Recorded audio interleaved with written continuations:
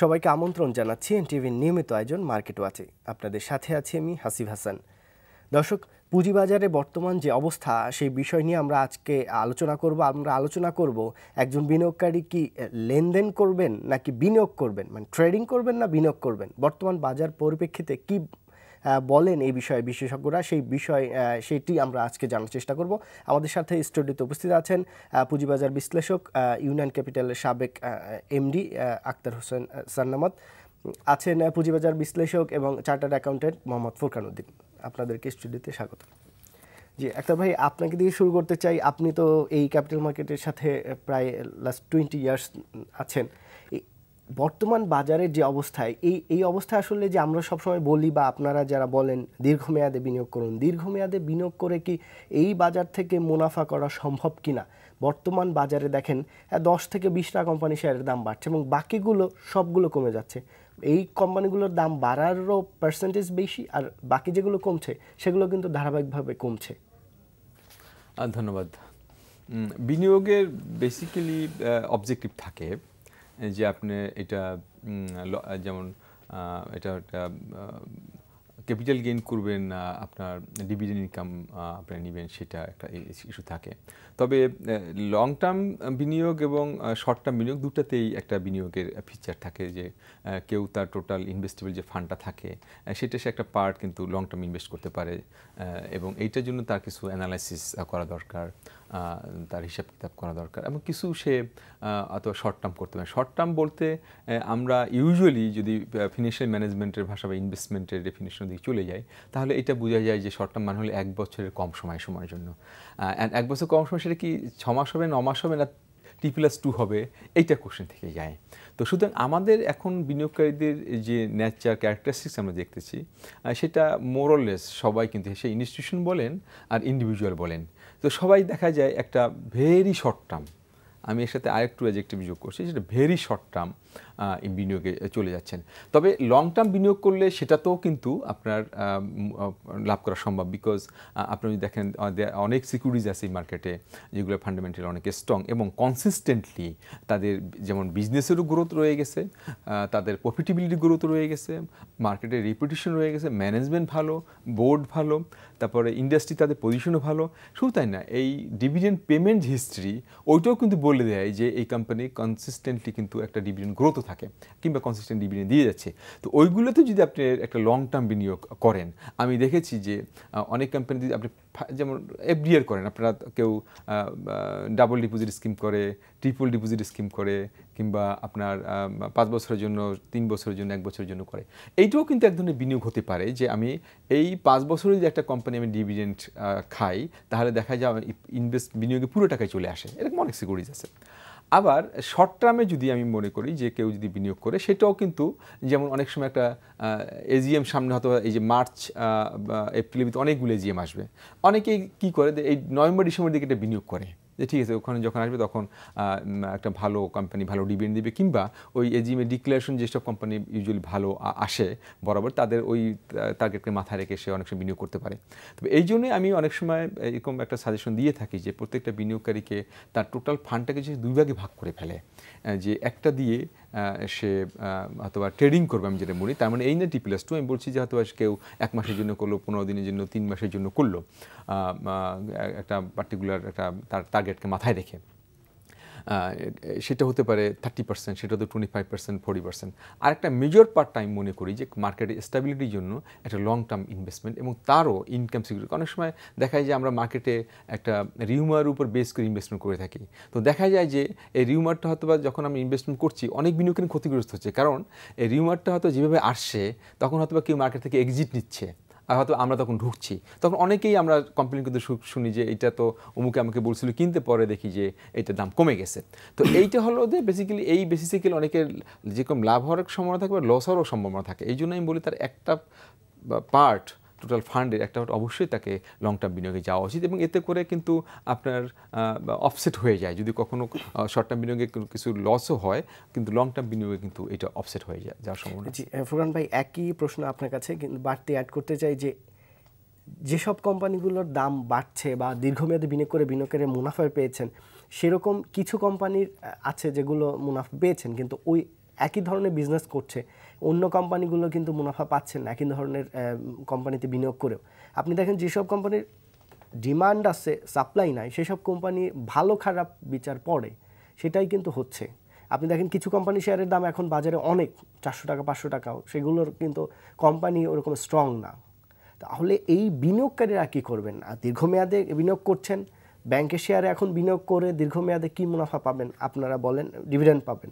Dividend এখন কয়টা ব্যাংকের আর্থিক সক্ষমতা ভালো?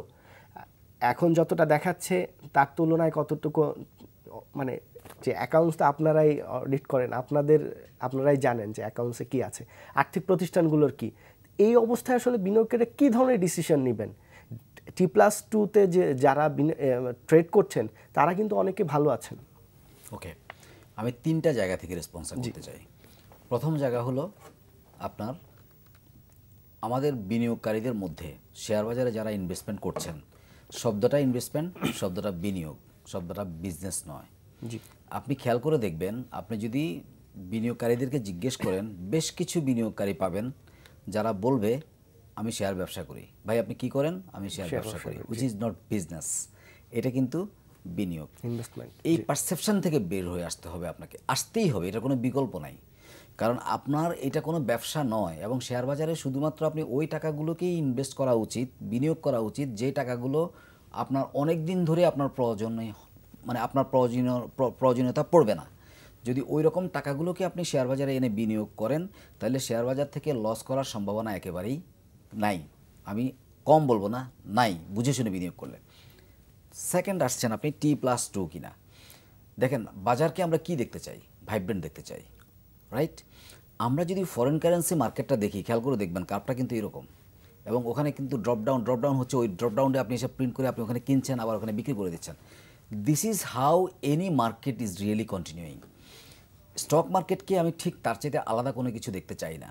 হ্যাঁ, সেটা করার জন্য যেই ধরনের প্রজ্ঞা বা যেই ধরনের জ্ঞান বা যেই ধরনের ফোরসাইটনেস থাকা দরকার, সেটা আমাদের বর্তমান সময়ে যারা বিনিয়োগ করছেন বাজারে তাদের অনেকের মধ্যেই হয়তোবা নাই। আমি সাধারণ বিনিয়োগকারীদের কথা বলছি, থাকার কথাও না। কারণ আমি যদি একটু ব্যাকে যাই, 2010-10-এর দিকে যাই, গরু ছাগল বিক্রি করে এসে শেয়ার মার্কেটে ঢুকাই দিছে। সো এরকম পারসেপশন থেকে বের হয়ে আসতে হবে যে বাসার পাতিলে বিক্রি করে এনেও শেয়ার বাজারে ঢুকাই দিচ্ছে, এরকম ঘটনাও ঘটছে কিন্তু। সো ওই জায়গাগুলো থেকে বের হয়ে আসতেই হবে। এখন আপনি আসেন যে একই রকমের কোম্পানি আপনি বিনিয়োগ করছেন, কিন্তু একটাতে গেইন হচ্ছে, একটাতে হচ্ছে না। এখানে দেখেন ভাই, একই রকমের company should not be consideration is fundamentals, consideration is return. যে আমি লেটসে একটা জুট মিলে আমি বিনিয়োগ করছি, ঠিক সেম আরেকটা জুট মিলে আমি বিনিয়োগ করছি, তাহলে ইট ডাজ নট মিন যে দুইটা জুট মিলিয়ে আপনাকে একই রকমভাবে ক্যাপিটাল গেইন রিটার্ন দেবে। আচ্ছা, এখন ক্যাপিটাল গেইনের ব্যাপারে যদি দুইটা ইস্যু আপনি আর্ন করবেন শেয়ার মার্কেট থেকে, দুইটা, একটা হলো ডিভিডেন্ড, একটা হলো ক্যাপিটাল গেইন। এছাড়া আপনার শেয়ার মার্কেট থেকে আর কোনো আর্নিং নেই। শেয়ারের ক্ষেত্রে বলছি, বন্ড অ্যান্ড এর ইজ এ ডিফারেন্ট কেস। এখন যদি আপনি এই ডিভিডেন্ড আর্ন করতে চান, তাহলে ডেফিনেটলি যেটা সান্নামাদ ভাই খুব পরিষ্কার করে বলার চেষ্টা করেছেন, দেখতে হবে আমি যদি এফডিআর করে টাকা ডাবল হওয়ার জন্য 5 বছর অপেক্ষা করতে পারি, তাহলে এখানে কেন আমি এত অস্থির হয়ে যাই? এখানে কেন আমি এরকম চিন্তা করি যে আগামী 2 বছরের মধ্যে বা আগামী 1 বছরের মধ্যে বা 6 মাসের মধ্যে আমার টাকা ডাবল হয়ে যেতে হবে? কারণ আমি কিন্তু এফডিআর টাকাটা ভেঙে এনেই আমি এখানে ঢুকাচ্ছি। তাহলে আমার রিটার্ন হওয়া উচিত, যদি আমি যদি এফডিআর থেকে পেয়ে থাকি লেটস সে 10%, আমি 15% পাইলে ইজ মোর দেন হ্যাপি।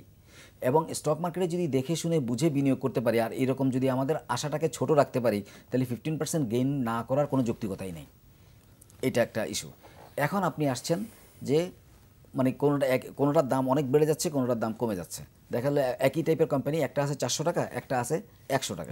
দেখেন এই যে দামটা হচ্ছে, এই প্রাইসটা কে দিচ্ছে? আমি দিচ্ছি বিনিয়োগকারী হিসেবে। কথার কথা, যদি আমি বিনিয়োগ করে থাকি, তাহলে আমি যখন এই প্রাইসটা দিচ্ছি, এই বাজার, এটা তো একটা ওপেন মার্কেট, এখানে জিনিসটাকে রেখে দেওয়া হয়েছে, ভাই তুমি এটা 5 টাকা দিয়ে কিনবা না 10 টাকা দিয়ে কিনবা। মাছ বাজারের মতো অনেকটা, আমি বাজারে গেলাম 5 টাকা দিয়েও কিনতে পারি, উনি মূলানোর পর এটাকে 2 টাকা দিয়েও কিনতে পারে।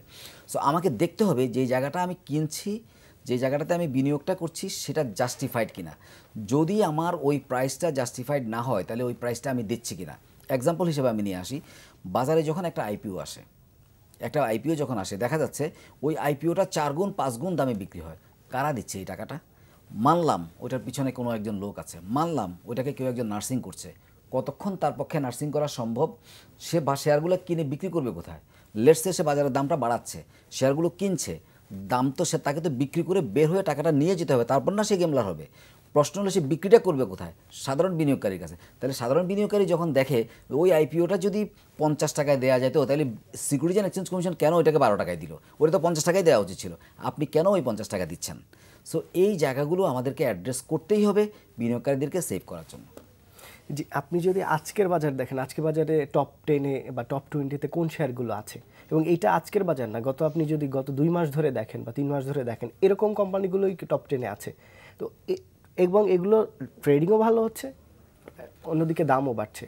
আর আপনার হাতে বা তার হাতে বা আমার হাতে বা বিনিয়োগকারীদের হাতে যে শেয়ারটা আছে, হয়তো ফান্ডামেন্টাল স্ট্রং, সেই শেয়ারটার দাম প্রতিদিন কমছে। তাহলে আপনি কতদিন এই শেয়ারটা ধরে রাখবেন? এখন ডিভিডেন্ডের কথা বললেন, ডিভিডেন্ড বছর শেষে ডিভিডেন্ড পাবো, বছর শেষে আমি 20% ডিভিডেন্ড পাচ্ছি বা 15% পাচ্ছি, কিন্তু আমার প্রাইস তো কমে যাচ্ছে। আমার 30 টাকা কেনা ছিল, এই বছর 16 টাকা দাম, ডিভিডেন্ড পেলে কি হচ্ছে? আপনার কোশ্চেনটা যদি বুঝে থাকি, আসলে একটা শেয়ার প্রাইস কি হওয়া উচিত, এটা কিন্তু বিবেচনা করে বিনিয়োগটা করা উচিত। কারণ একটা কোম্পানি যদি শেয়ারে যদি এনএভি থাকে সে 30 টাকা, তো এটা প্রাইস কত হবে? তা আমরা অনেক সময় প্রশ্ন করে থাকি অনেক ক্যান্ডিডেটদেরকে বা কাউকে, যে যদি একটা এনএভি থাকে 30 টাকা, মার্কেটে যদি সেটা 40 টাকা থাকে, তুমি কি এটা মনে করে যে ওভার প্রাইসড? কিংবা যদি 30 টাকা এনএভি থাকে, যদি 20 টাকা হয়। এই জায়গায় ফিরবে একটি ফোন নিয়ে নিচ্ছি। দর্শক, আপনার প্রশ্ন কি বলুন। হ্যালো, আসসালামু আলাইকুম। ওয়ালাইকুম আসসালাম। আচ্ছা, ওই যে এইমাত্র উনি বললেন যে ইয়ারলি 15% বা এরকম একটা ডিভিডেন্ড পায়, তো এইটার জন্য তো মানুষ শেয়ার মার্কেটে বিজনেস করতে যায় না। আচ্ছা, জি। তো যখন প্রশ্ন পরে আসি, কারণ আমি যে বলতেছিলাম যে এই যে তাহলে এই যে 20 টাকা এনএভি 30 টাকা হলে 20 টাকা যদি মার্কেট প্রাইস হয়, তাহলে এইটা কি আন্ডার প্রাইসড কিনা?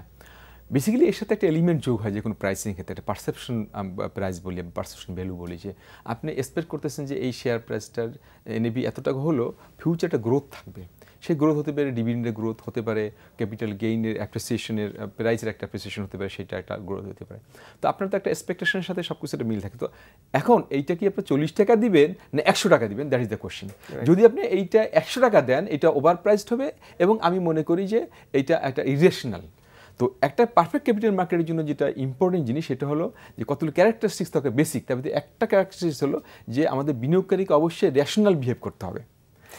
এখানে সালামত ভাই, আপনি বলছেন বিনিয়োগকারীর দিকে, মানে সবকিছু যাচ্ছে বিনিয়োগকারীদের ব্যাপারে, মানে ইন্ডিভিজুয়াল। আপনি দেখেন যারা প্রাতিষ্ঠানিক বিনিয়োগকারী, আপনি যদি মার্চেন্ট ব্যাংকগুলোকে তাদের আচরণ দেখেন, মার্চেন্ট ব্যাংকগুলো কি করছে, আপনি যদি ব্রোকারেজ হাউসগুলোর যাদের ওন পোর্টফোলিওতে যে শেয়ার কিনে, তারা কি কিনছে, এখন এই ক্ষুদ্র বিনিয়োগকারী বা ইন্ডিভিজুয়াল, তার পক্ষে আসলে কি সম্ভব? আমি ওইটাই বলছি, আপনাদের কথাগুলো কতটা মানা সম্ভব? শুধু ক্ষুদ্র বিনিয়োগকারী কেন, আপনি তো বলেন যে বড় বড় এই যে অ্যাসেট ম্যানেজমেন্ট কোম্পানি যারা রিসার্চ করে ইনভেস্টমেন্ট করে থাকে। আরেকটা ফোন নিয়ে নিচ্ছি।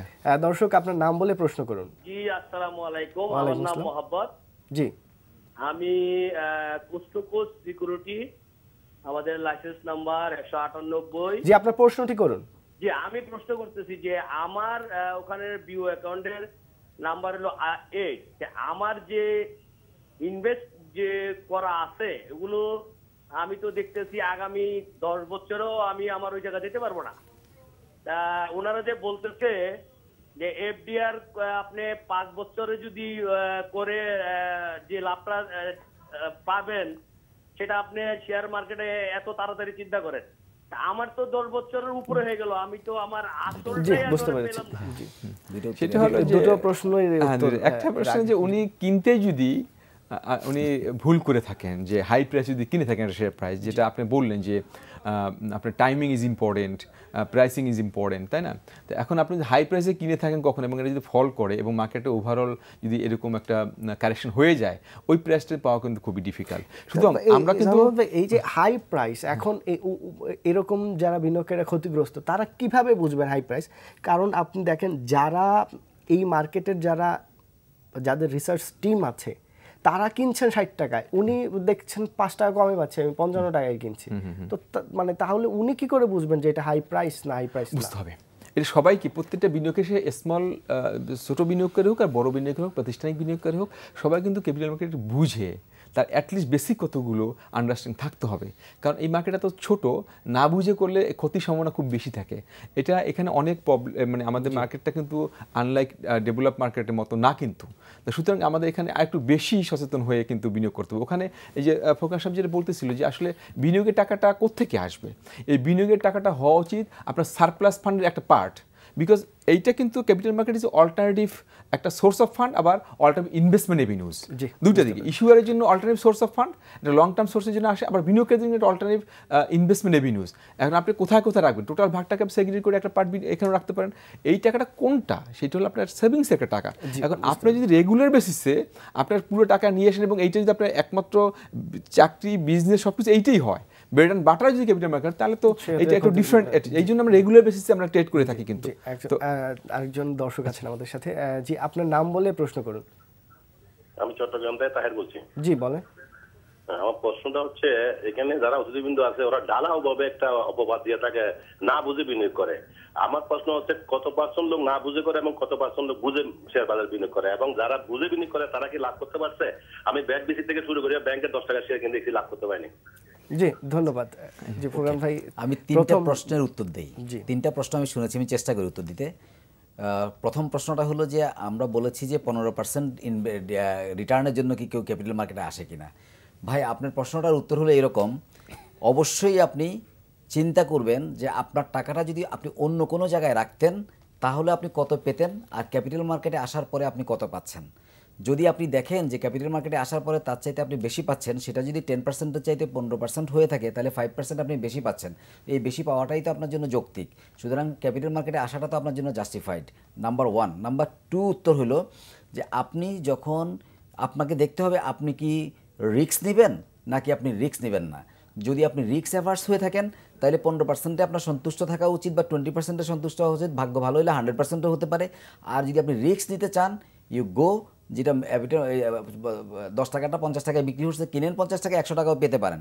সো আমরা যে কথাটা বলার চেষ্টা করছি যে আমাদের যারা ক্ষুদ্র বিনিয়োগকারী ভাইরা আছেন, স্মল ইনভেস্টর ভাই বোনরা আছেন, তারা যাতে বাজারে ক্ষতি না হন এবং আপনারা যাতে একটা মিনিমাম রেট অফ রিটার্ন নিয়ে বাজার থেকে যেতে পারেন, যেটা আপনার এফডিআর অথবা সঞ্চয়পত্র বা আপনার অন্যান্য যেসব ইনস্ট্রুমেন্টের জায়গা, যে ইনভেস্টমেন্টের যে ইনস্ট্রুমেন্টগুলো আছে সেখান থেকে যদি আপনি বেশি রিটার্ন পেয়ে থাকেন, সেই জায়গাটাকে যদি আপনি এনশিওর করতে পারেন, তাইলেই আমার মনে হয় সেটা যৌক্তিক হবে। বরং আপনার এই ক্ষুদ্র ফান্ড নিয়ে বা মিডিয়াম সাইজের ফান্ড নিয়ে যদি আপনি বাজারে এসে যদি টাকাগুলো হারিয়ে ফেলেন, সেটা বোধহয় খুব একটা বুদ্ধিমানের কাজ নয়। দ্বিতীয় প্রশ্ন ছিল যে উনি বলেছেন যে ভ্যাটভিসি এবং কি জানি কিনে উনি লাভ করতে পারেন না। ভাই ভ্যাটভিসির দাম আজকে কত আপনি যদি খেয়াল করে থাকেন, আমি জানি না আপনি কখন কিনেছেন।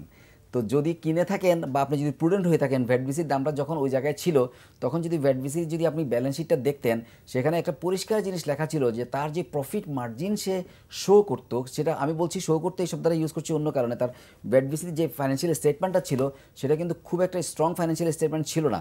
তো ভ্যাটভিসির মতো একটা কোম্পানির ওই রকম ফাইন্যান্সিয়াল স্টেটমেন্ট হওয়ার কথা নয়। আর ওই ফাইন্যান্সিয়াল স্টেটমেন্টটা দেখে যদি আপনি বিনিয়োগ করতেন তাহলে আজকের প্রাইসটা আপনি পেয়ে যেতেন।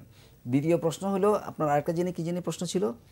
জি সবশেষ ছিল যে বুঝে না বুঝে কত পার্সেন্ট না বুঝে, ঢালাওভাবে যেটা বুঝে নাও যে ভাই ঢালাওভাবে বুঝে না বুঝে বিনিয়োগ আপনারা করেন, এই কথা আমরা বলতে চাচ্ছি না।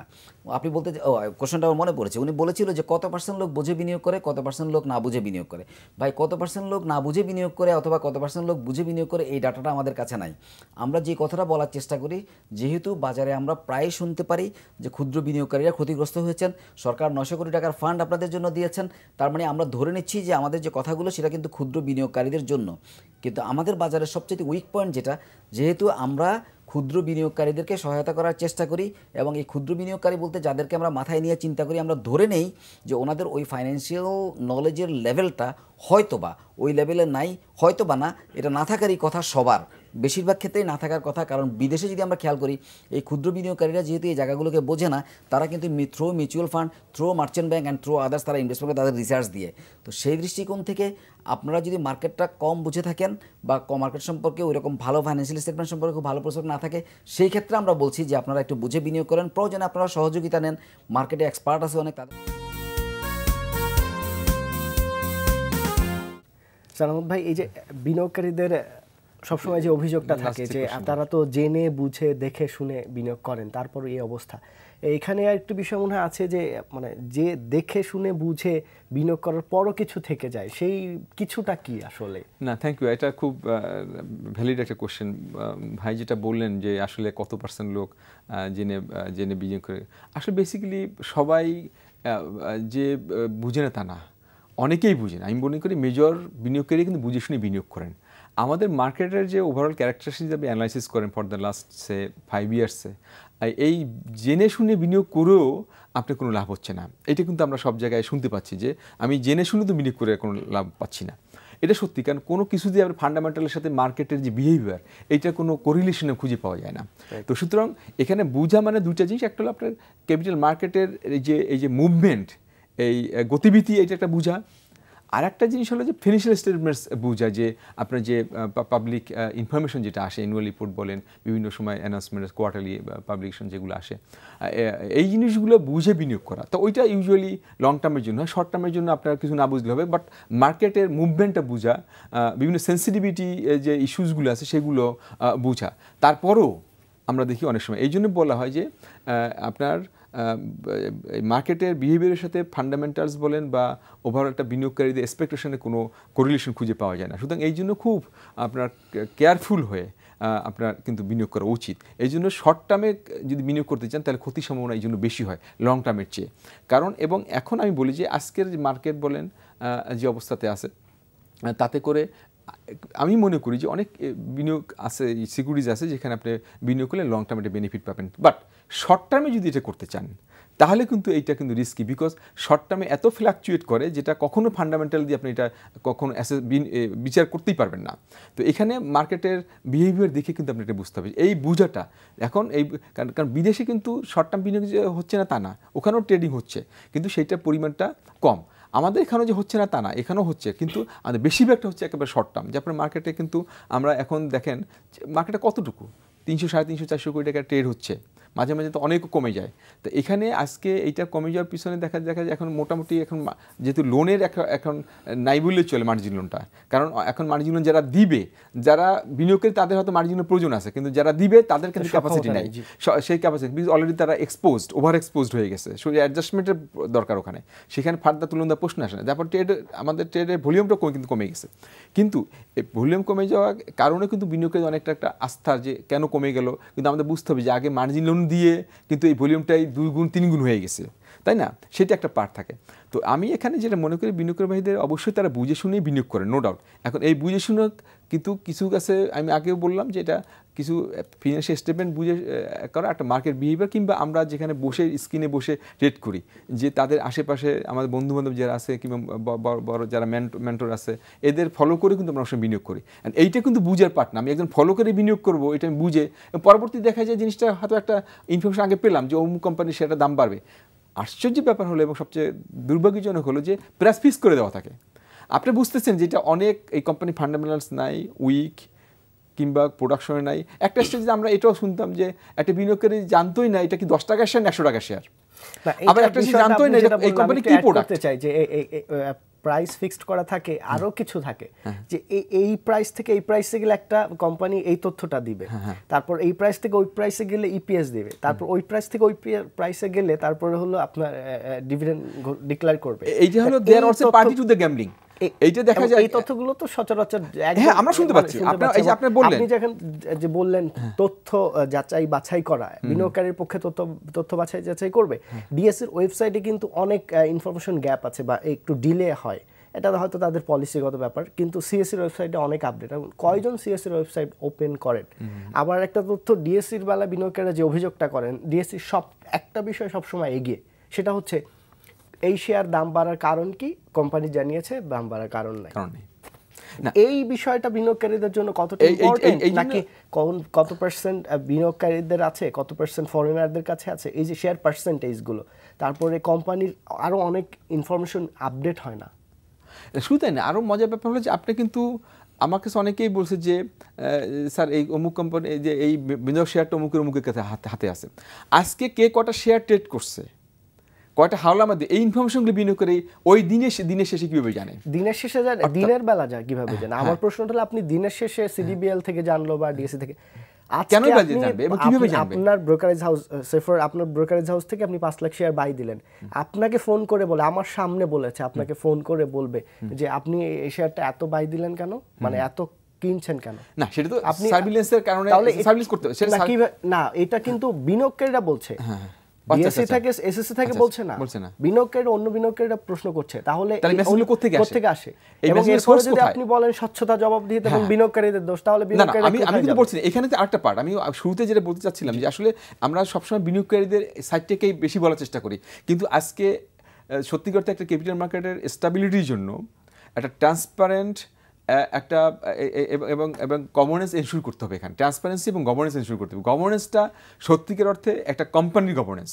এখানে কিন্তু গভর্নেন্সটা শুধু আপনার বিনিয়োগকারীর ক্ষেত্রে বলছি না, এটা শুধু এই কোম্পানি, এই যে মনে করি ইনসাইডার ট্রেডিং হচ্ছে, এই যে বলে কোনো সেন্সিটিভিটি কোনো ইনফরমেশন নাই, আজকে কিন্তু ওখানে যদি গভর্নেন্স থাকতো ঠিক মতো, যে এই তথ্য যথাসময়ে দিতে হবে। আজকে আমরা জানি একটা মার্কেটে একটা কোম্পানি শেয়ার নিয়ে অনেক কথাবার্তা হচ্ছে, যে তারা একটা অ্যাকুইজিশন হলো অথচ মার্কেট কিছুই জানলো না। তো এখানে তো ট্রান্সপারেন্সি ছিল না, এখানে গভর্নেন্স ছিল না। কথা বলছেন, আমি নাম বলতে চাই না, মার্কেট কিছু বলছে না, মার্কেট তো বলছে, দুই স্টক এক্সচেঞ্জ বলছে তোমার শেয়ার বাড়ার দাম কি, কারণ কি দাম বাড়ার, কোম্পানি পরের দিন নিউজ দিচ্ছে যে কোম্পানি জানিয়েছে শেয়ার দাম বাড়ার কারণে। এখানে কি ডিএসসির বা সিএসসির দায় নাই? যেখানে পত্রিকায় দিয়ে দিচ্ছে তারা একটা এগ্রিমেন্ট করছে, শেয়ার কিনে নিয়েছে, এখানে ডিএসসি একটা এটা হলো নন কমপ্লায়েন্সের জন্য অবশ্যই regulators just taken to step here, তাই না? কিন্তু আমি যেটা বলি যে এখানে কোম্পানির ওখানে তো একটা গভর্নেন্সের ব্যাপার আছে, তাহলে এখানে ওখানে কমপ্লায়েন্সটা কোথায় গেল? প্রথম হলো যে ওখানে যদি তাহলে আমরা যদি ওইরকম ইকুইপড স্কিল লোকজন না থাকে, কম্পিটেন্ট লোকজন না থাকে, কিংবা তারা যদি ইচ্ছাকৃত করে থাকে, সেখানে রেগুলেটর অবশ্য, এবং আমরা এখনও যেহেতু আমরা জানি না, বাট এখানে ডেফিনেটলি এখানে ডিএসসি সিএসসি বলেন কিংবা এসিসি বলেন, ডেফিনেটলি ওখানে কর্মকর্তা যারা আছেন তারা এই ব্যাপারটা কিন্তু অবশ্যই দেখছেন, আমি এখনও বিশ্বাস করি তারা দেখছেন এবং এই কাজটা চলছে। কিন্তু আমার প্রশ্ন হলো যে এটা একটা কেস না, আমরা এখানে অনেক ঘটনায় দেখে থাকি যে পরবর্তী পর্যায়ে 1 মাস 2 মাস পরে ঠিকই জানা যায় একটা সেন্সিটিভ ইনফরমেশন ঘটনা ছিল।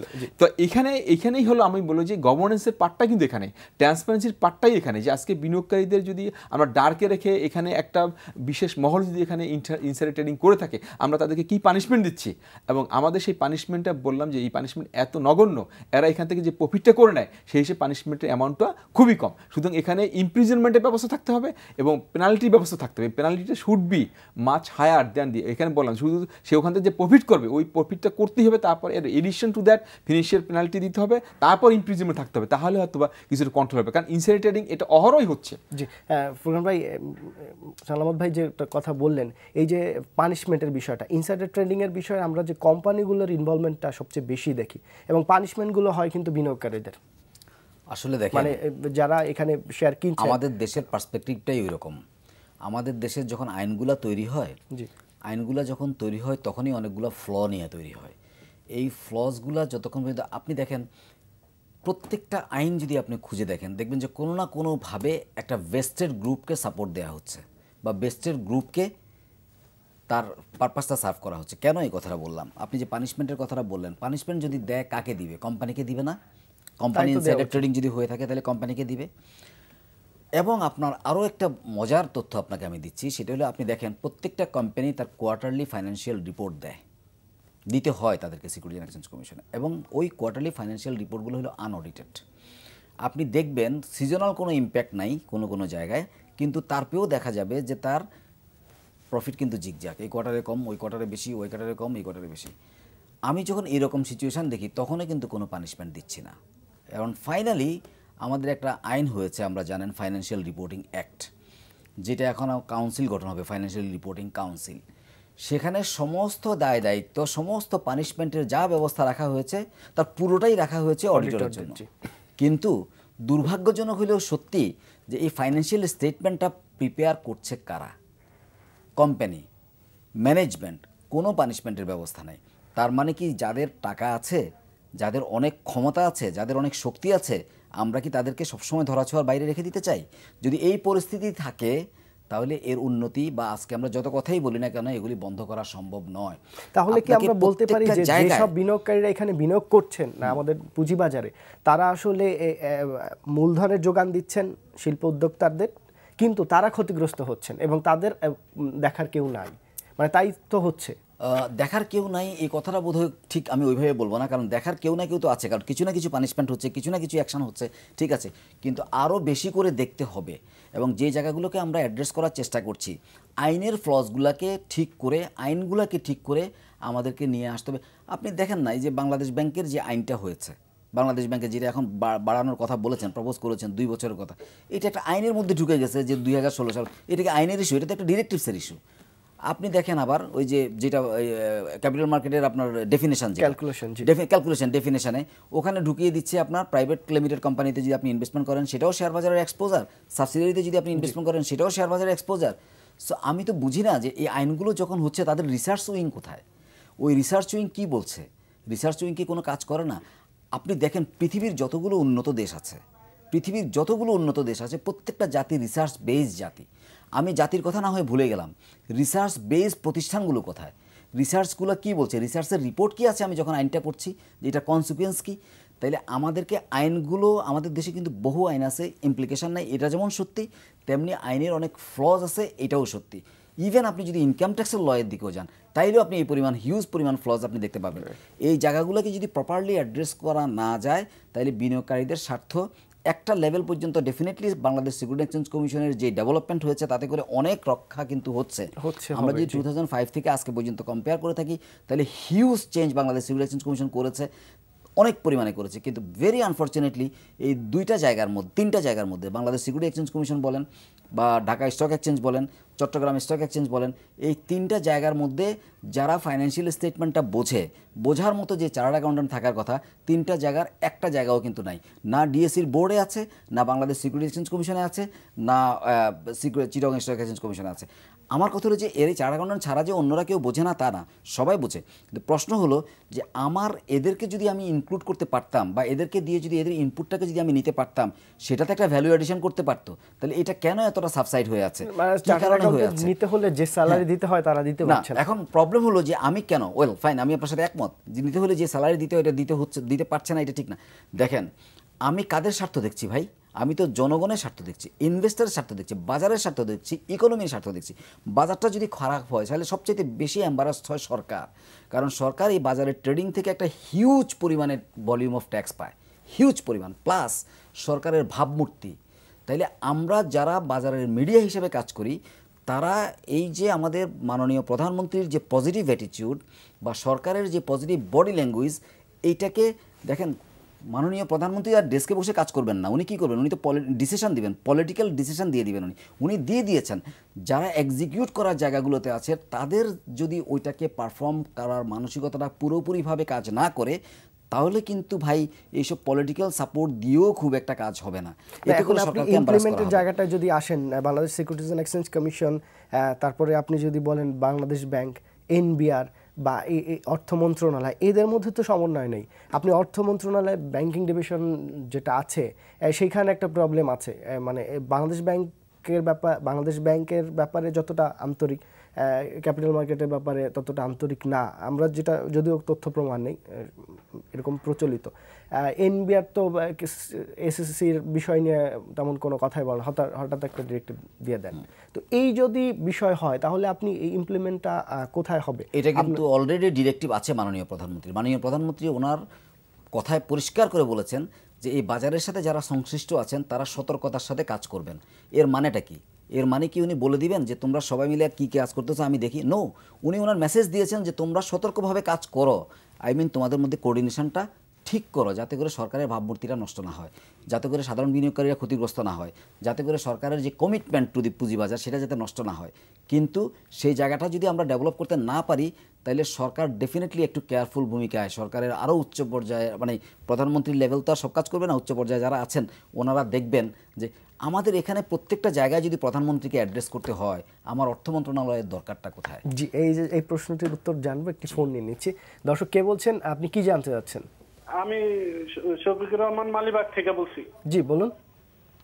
আর সেই যে কতদিন আগে ইন্ডিয়া স্টক এক্সচেঞ্জের সাথে আমাদের দেশের স্টক এক্সচেঞ্জের সাথে যে চুক্তি হইলো, ওই সময় প্রধানমন্ত্রী এবং অর্থমন্ত্রী বললো যে মার্কেটের জন্য আমরা যত যা কিছু করা সম্ভব করব।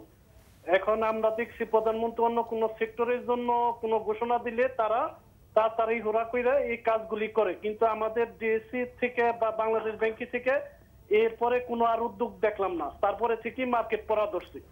জি ধন্যবাদ। যৌক্তিক প্রশ্ন। আমরা সেই কথাটাই বলছিলাম, উনি বলেছেন যে উদ্যোগ দেখলাম না, আমরা আশা করছি ওনারা উদ্যোগ নেবেন, কারণ এটা তো প্রধানমন্ত্রীর নির্দেশনা, রাষ্ট্রের সর্বোচ্চ পর্যায় থেকে নির্দেশনা। সো এই নির্দেশনাটাকে যদি কমপ্লাই করা না হয়, সেটাকে যদি অবহেলা করা হয়, তাহলে ডেফিনেটলি সরকারের অর্গানগুলো আছে তারা ঠিকমতো কাজ করবে। এগ্রিমেন্ট যেটা হয়েছে এটা তো দুইটা দেশের সিকিউরিটি কমিশন, ওনাদের সেবি যেটা সিকিউরিটি বোর্ড যেটা আছেন, এদের যে ভিউজ এবং তাদের এক্সপিরিয়েন্স এগুলো শেয়ার করা। বাট একটা পজিটিভ ছিল যে এডিবি যে $250 মিলিয়ন যেটা 2000 কোটি টাকার মতো, যেটা বাংলাদেশের ক্যাপিটাল মার্কেট ডেভেলপমেন্টের জন্য is a very positive sign. তারপরও আমরা এটা একটা ডেফিনেটলি একটা বিনিয়োগকারীদের অনেক উৎসাহিত করেছিল যে বাংলাদেশ ক্যাপিটাল মার্কেটে, এবং ওখানে প্রধানমন্ত্রী নিজে কিন্তু উপস্থিত ছিলেন, পজিটিভ বক্তব্য রেখেছেন, ফাইন্যান্স মিনিস্টার ছিলেন। কিন্তু সবচেয়ে মজার ব্যাপার যে আমি একটু সাপ্লিমেন্ট করি ওইখান থেকে, এইটা প্রসঙ্গে ক্রমে, এই যে দেখেন এই যে ব্যাংকিং কোম্পানি আইনে এই যে এই ক্যাপিটাল মার্কেট এক্সপোজার ইস্যুটা ঢুকিয়ে দেওয়া হয়েছে যে এই কদিনের ভিতরে এটা অ্যাডজাস্ট করতে হবে, যেটা প্রকাশ সাহেব বললেন যে এটা আইনের বিষয় না।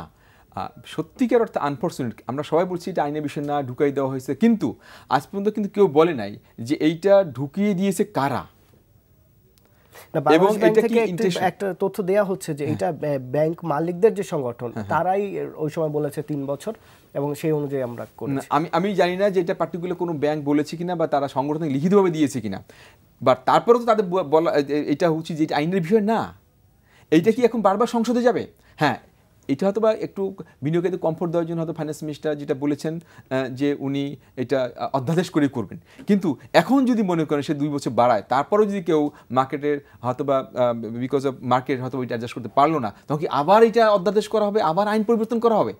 এইটা কোথাও বিশ্বের কোথাও এই ধরনের ইস্যুগুলো। দর্শক যে বিষয়টা বলেছেন যে অন্যান্য সেক্টরের প্রধানমন্ত্রী যখন কোনো ঘোষণা দেন বা সরকারের সর্বোচ্চ মহল থেকে যে ঘোষণা দেওয়া হয় সেটি সাথে সাথে কার্যকর হয়, কিন্তু পুঁজিবাজারে এই বিষয়টা হয় নাই। অর্থমন্ত্রী যেদিন বলেছেন সেটাও বেশ কিছুদিন হয়ে গেল, এখনো কিন্তু বাংলাদেশ ব্যাংক থেকে এরকম কোনো, এটা বাংলাদেশ ব্যাংকের ব্যাপার না, এটা অর্থ মন্ত্রণালয় থেকে বাংলাদেশ ব্যাংকের কাছে আমরা যতদূর জানি যে বাংলাদেশ ব্যাংকের কাছে বিষয়টা, আচ্ছা ওই অ্যাডজাস্টমেন্টের ব্যাপারটা, হ্যাঁ ওইটা তো এখন সময় আছে আগামী জুলাই পর্যন্ত, বাট এটা হয়তো যত, আমি আগেও বলেছি যে এটা যত তাড়াতাড়ি হবে ততই মার্কেটের জন্য ভালো, এবং এটা কিন্তু কেস টু কেস বেসিস হওয়া উচিত। তবে আমি যেটা বলবো যে আপনি যেটা বলছেন যে হ্যাঁ দুইটা দেশের ইস্যু সেহেতু এটা খুব তাড়াহুড়া করে মানে একেবারে ইমিডিয়েট একটা অ্যাকশন দেখা যাবে তা না, এবং এইটা কিন্তু জাস্ট আমি আগেও বলেছি যে এটা কী পারপাস এবং কী জন্য করা হচ্ছে, সুতরাং এটা একটু সবার সাপেক্ষে ব্যাপার। বাট এটা করলে যে মার্কেট একেবারে দেয়ার আর মেনি ইম্পিডিমেন্টস, শুধু একটা ইস্যু দিয়ে তো সমস্ত ইম্পিডিমেন্টসগুলো আপনাকে ওভারকাম করতে পারবেন না।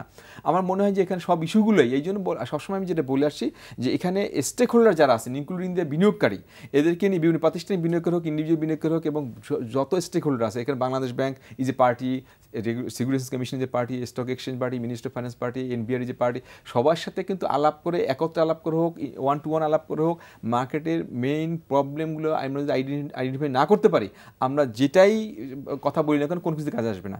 এই জন্য আমাদের প্রবলেমগুলো প্রথম শনাক্ত করতে হবে যে রিয়েল প্রবলেম কোথায় কোথায় আছে, সেইগুলো একটা ধরে ধরে কিন্তু অ্যাডজাস্ট করতে হবে। অন্যথায় এই যতই আপনারা এই এগ্রিমেন্ট করি না কেন, যতই চুক্তি করি না কেন, এর ইম্প্যাক্টটা কিন্তু আসলে এটা সাস্টেনেবল হয় না। প্রধান ভাই একদম 30 সেকেন্ডে যদি বলেন যে এই যে উদ্যোগটা কে নিবে? আমি যেটা বলার চেষ্টা করছি সেটা হলো, দেখেন সরকার আন্তরিক, মাননীয় প্রধানমন্ত্রী আন্তরিক, উনি ওনার প্রজ্ঞা দিয়ে বুঝেছেন এই বাজারের পুঁজির জন্য, দেশের উন্নতির জন্য পুঁজিবাজার দরকার। মাননীয় অর্থমন্ত্রী আন্তরিক, উনিও একই রকমভাবে বলেছেন।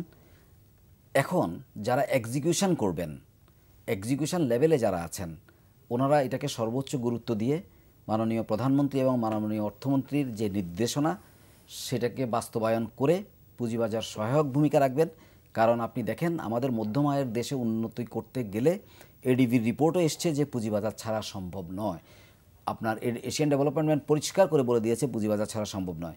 সুতরাং যারা এর এক্সিকিউশনের সাথে দায়িত্বে আছেন ওনারা আরও সতর্কভাবে, আমি মাননীয় প্রধানমন্ত্রী যেটা বলেছেন জাস্ট সেটাকেই বলছি যে ওনারা প্রধানমন্ত্রীর যে ল্যাঙ্গুয়েজটা যে সতর্কভাবে অ্যাক্ট করবেন সেটা ওনারা করবেন, যাতে করে সরকার এম্বারাস হওয়ার হাত থেকে বেঁচে যায়। জি, ফুরকান ভাই এবং সান্নাবাদ ভাই, আপনাদেরকে অনেক ধন্যবাদ আমাদেরকে সময় দেওয়ার জন্য। দর্শক, আমরাও আশা করছি অতিথিরা যে কথাগুলো বললেন